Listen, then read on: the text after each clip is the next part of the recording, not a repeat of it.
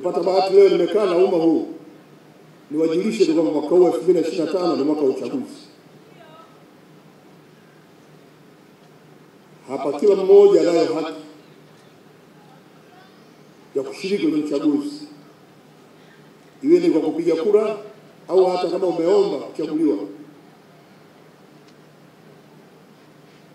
Kwa wale wenye sifa kuanzia miaka 18 tunaamini wote mmeshajiandikisha. Na kwa itakapofika mwezi wa 10 Tume Huru ya Uchaguzi itatupa ratiba yao.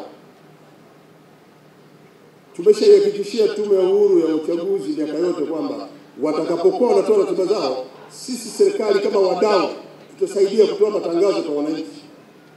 Kazi yetu ni kutoa tangazo, hatuhusiki na uratibu wa mambo ya uchaguzi. Sasa kila mwaka tunapoelekea kwenye uchaguzi, kwenye miaka ya uchaguzi wa Tanzania, ni muhimu tukana uelewa tu wazi kwamba uchaguzi wote ule kunakuwa na dalili ka ushindani. Huyu anataka hicho, unataka huyo. Mnaona viongozi wetu wa vyama vya siasa wako pale. Wote hawa wanahitaji kushika nafasi. Tunapotaka kushika nafasi kuna kushindana, na wasihi ushindani wetu uzingatie tunu ya taifa ya amani na utulivu katika nchi.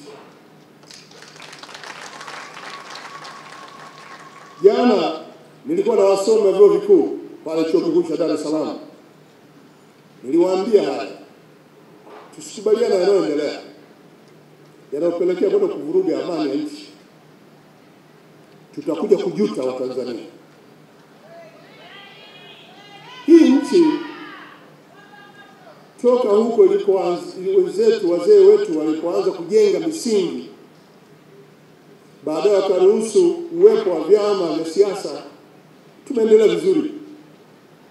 Hata chaguzi hizi 2, 3, 4 hizi chaguzi kuu 2020 na ile 15, kumekuwa na mambo yanajitokeza sana ambayo hayaonyeshi dalili ya kubaki kuwa salama Tanzania. Ni muhimu tukawa makini sana. Na kwa heshima viongozi wetu wa vyama mko hapa, mnafanya vizuri sana. Kazi nzuri tu mnafanya. Sasa tuwe mstari wa mbele kukemea haya ambayo yanakwenda kupelekea nchi hii kupoteza amani. Na uzuri hata rais wa sasa Mheshimiwa Dr. Samia Suluhu Hassan aliwapa uhuru wa kukaa pamoja, na mmekaa pamoja mara kadhaa, mmezungumza pamoja, mmekubaliana. Linapotokea mtu mmoja kubaliani na hayo, si lazima hayo yafuatwe, kwa sababu itifaki mkiwa 10 wa 8 mkubaliana, basi hata wewe kubaliana nayo.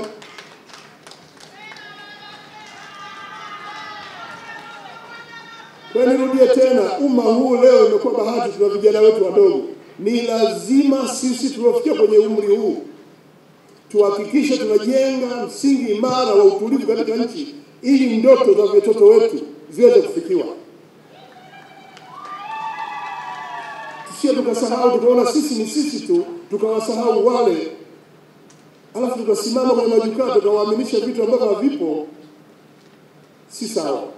Hii nchi yetu sote.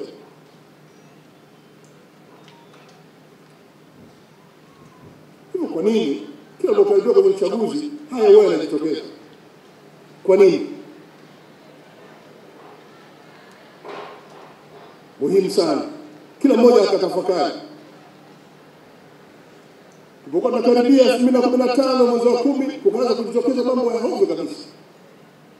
Mwaka 2020 tulipokuwa tunakaribia uchaguzi, mambo ya hovyo kabisa. Na mwaka huu pia, kwa nini kipindi cha uchaguzi, tunapokaribia uchaguzi haya yanajitokeza?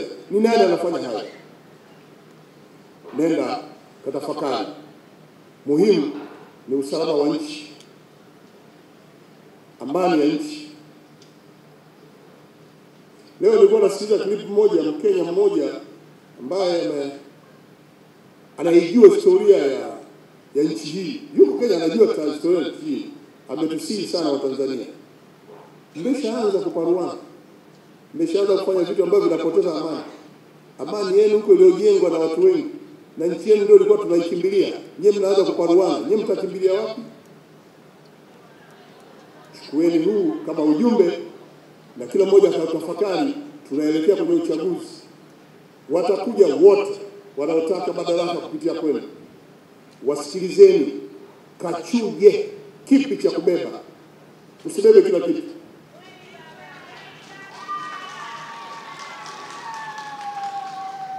Uhuru wa kwenda kuzungumza sera upo mkubwa tu. Nenda kasikilize, sikiliza, yapokea hayo, nenda kachuje. Ukiamba kimbia huku, uliza unakwenda mpaka wapi, kwa ajili ya nini huko. Ukishapata majibu mazuri nenda, ukiona yenyewe sio majibu mazuri acha. Chuchumaa chini, lazima utafakari. Chuchumaa chini itakuwaje? Muhimu, kila ujumbe unakuja lazima tutafakari, tuupime na tuangalie historia yetu. Lengo, amani ya nchi. Baada ya kusema haya, sasa jiwe la msingi nishaweka. Maelezo ya msingi kuhusu TBS nimeeleza. Wito kwa wadau wote nimeeleza, na majukumu ya mwisho ya wale wanaotakiwa kusaidia ujenzi ukamilike vizuri nimetoa.